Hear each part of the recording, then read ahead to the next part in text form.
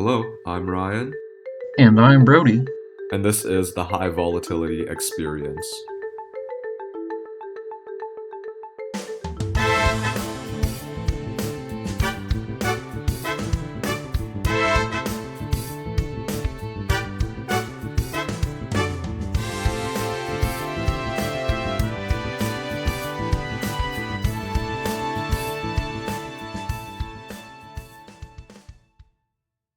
Now, we've all seen the rainbow keyboards and the huge PCs and the LED lights, but do you ever stop to think about where this comes from? Introducing Biden's infrastructure plan, the $2.25 trillion plan allocates $50 billion towards semiconductor research and manufacturing. Now, you might be asking what a semiconductor is. It's essentially the brain of any electronic computer device.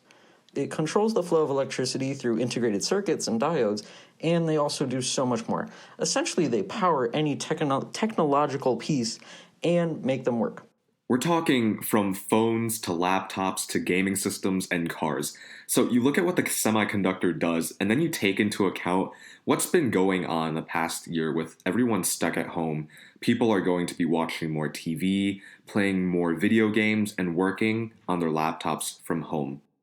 Now, obviously, as of late, everyone's been stuck at home, and the superconductor shortage can be traced back to the start of the pandemic, as factories producing these semiconductors started to shut down.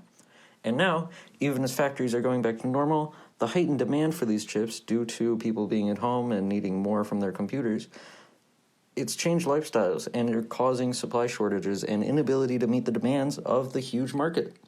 Before we address the impact of the semiconductor shortage and why investing in manufacturing is valuable, we first have to clarify why these things are important.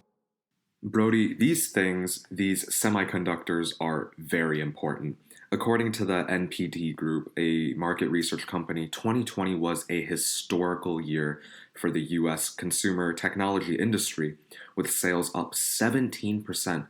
Now, according to Dan Ives, a tech analyst at the investment firm Wedbush Securities, current quote demand is probably 25% higher than anyone would have expected, end quote.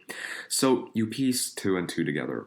Semiconductors go inside electronics, right? There's been a spike in demand for said electronics, and to the point where the production of chips, like Brody said, can't keep up with the demand. So you can start to see why this is a big problem. A chip shortage most notably causes the issue of delaying the production of something. Looking at just last year, Apple had to delay the release of its iPhone 12 for 2 months due to the semiconductor shortage. Samsung recently said in March that they might have to postpone the launch of their latest Galaxy Note smartphone due to a serious imbalance in the semiconductor industry. You're looking at two of the largest buyers of chips to support their product. Apple and Samsung consume a combined total of nearly $100 billion worth of semiconductors annually. And Samsung actually sells more than $50 billion each year on chips as well. Right, Brody. So everyone obviously cares about the latest smartphone, right? But the other big sector that's seeing a prevalent impact from the shortage is actually the automobile industry. The global car industry spends about $37 billion on chips each year, with the largest contributors being Toyota and Volkswagen. In addition to that, major companies like Ford and GM are already projecting an impact of more than $2 billion worth of loss. With another major market for semiconductors and with the presence of a shortage, the problem arises with the question, who gets the chips, Brody? Well, the big car companies actually got their chips initially. The pizza was still in the box. What's interesting about that was that car manufacturers actually rescinded their semiconductor orders last year when demand fell for cars and stuff during the height of the pandemic. However, by Q4 of 2020, demand was already back and actually blew out sales from Q4 of 2020. And as demand revived and outpaced supply, during this period, the car industries were sent to the very back of the line when it came to ordering semiconductors, meaning that they simply didn't have them and could not manufacture. Dang, that really sucks. And we've only been looking at two areas, but according to a Goldman Sachs analysis, 169 industries are being negatively impacted by the global chip shortage. The analysis concluded that any industry that spent more than 1% of their GDP on semiconductors would be hit by the shortage. The automobile industry that we just talked about spends about 4.7% of its GDP on semiconductors. According to the US government, sneaky little buggers, the semiconductor industry contributed more than $65 billion to the US economy. And this was only in 2018, so we can certainly expect the numbers to be through the roof now. According to Statista, in 2021, the current semiconductor global market size is now more than $488 billion. Sales in December 2020 were up 8.3% annually and were growing each year. Take this into account, and how much some companies we mentioned spend on chips annually, and all the other industries that semiconductors have an influence on. $50 billion doesn't seem like that much, especially looking into the long term. Well, Brody, to follow up on your last comment, a study from a lobbying group, Semiconductor Industry Association and Boston Consulting Group, in September of last year said $50 billion is actually the correct amount to expand the U.S. market share by 12% and gain 70,000 jobs. 123 million full-time jobs make up the U.S. market, just for perspective. Right, Ryan. So this is everything that's happening inside the U.S. and how semiconductors can help or hurt us in the future. But remember how in the beginning we said that China is subsidizing more semiconductor chip production? U.S. Commerce Secretary Gina Raimondo says the focus on semiconductors is purely about outcompeting China. Given China's tensions throughout the Trump presidency and their focus on expanding their technological and trade prowess, the administration sees it's fit to expand the production of semiconductors. So, Ryan, the question is now, how big of a role does China currently play in the semiconductor industry and as well as in the future? Well, that's a big question. In 2018, the US held 45% of the semiconductor global market share. That's the largest semiconductor industry in the world currently. Now, by comparison, China only accounts for 6% of the market share. However, on the flipped end, China is actually the largest importer of semiconductors. They consume roughly 40% of global shipments. So what China is doing right now is that they're pushing towards the production of semiconductors and self-sufficiency instead of depending on imports. And this isn't the first time that China's doing something like this.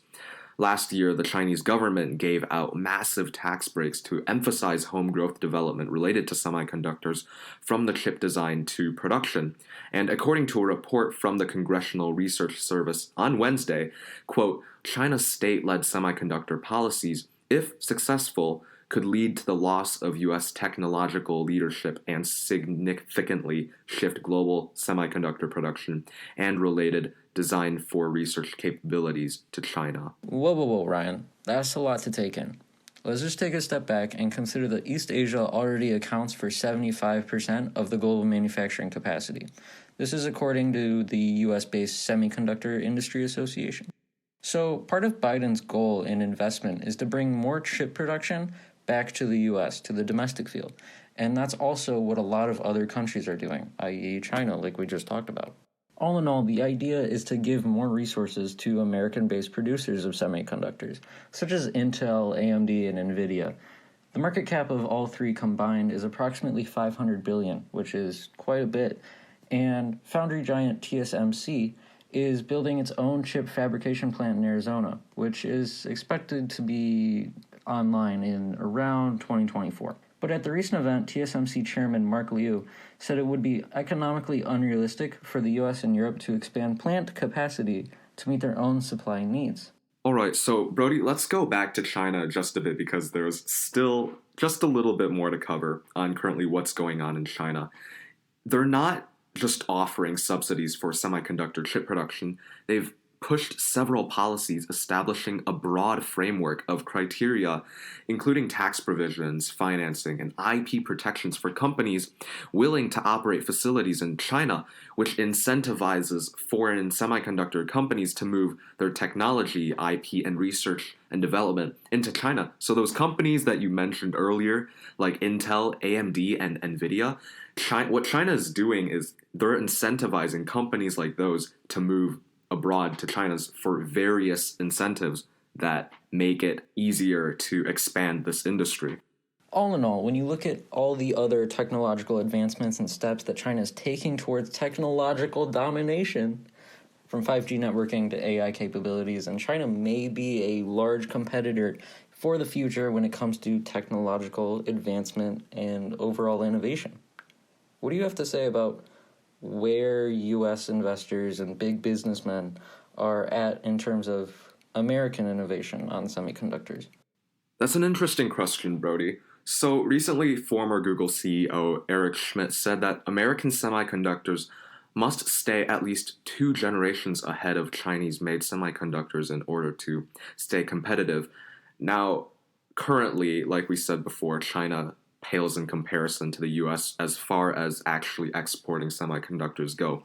But again, like we mentioned before, all of the policies that China's pushing to incentivize all the foreign companies from the US, from Japan, from Korea, from Taiwan, these are all countries that are massive exporters when it comes to semiconductors, incentivizing all of that to have the companies move into China, right? And then significantly growing with all the policies, with the tax incentives, the subsidies, financing, all of that.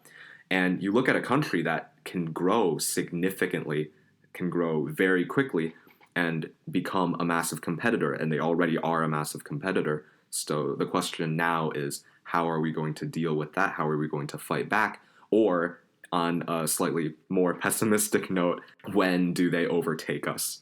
In my opinion, I believe that the Biden plan to increase spending towards the semiconductors, right now it seems much more of a short-term move, kind of to curb the shortage that's going around in the automobile industry as well as everywhere else. But what I think needs to be considered is the long-term consequences from putting only $50 billion in. What is the long-term plan here? Because China seems to be set on this huge industrialized future where they control a lot of the technological developments. You can see it in everything we've talked about here. I want to know where the U.S. is going in terms of keeping the competition strong, staying ahead of China, and overall what the plan is going forward. Because right now the shortage seems to be the pressing issue in the plan, but I'm not seeing enough long-term, and for me, that poses an uncertainty. Overall, I think the spending is good right now, and that's all I have to say. Meet us again next week on the High Volatility Experience with Ryan and Brody.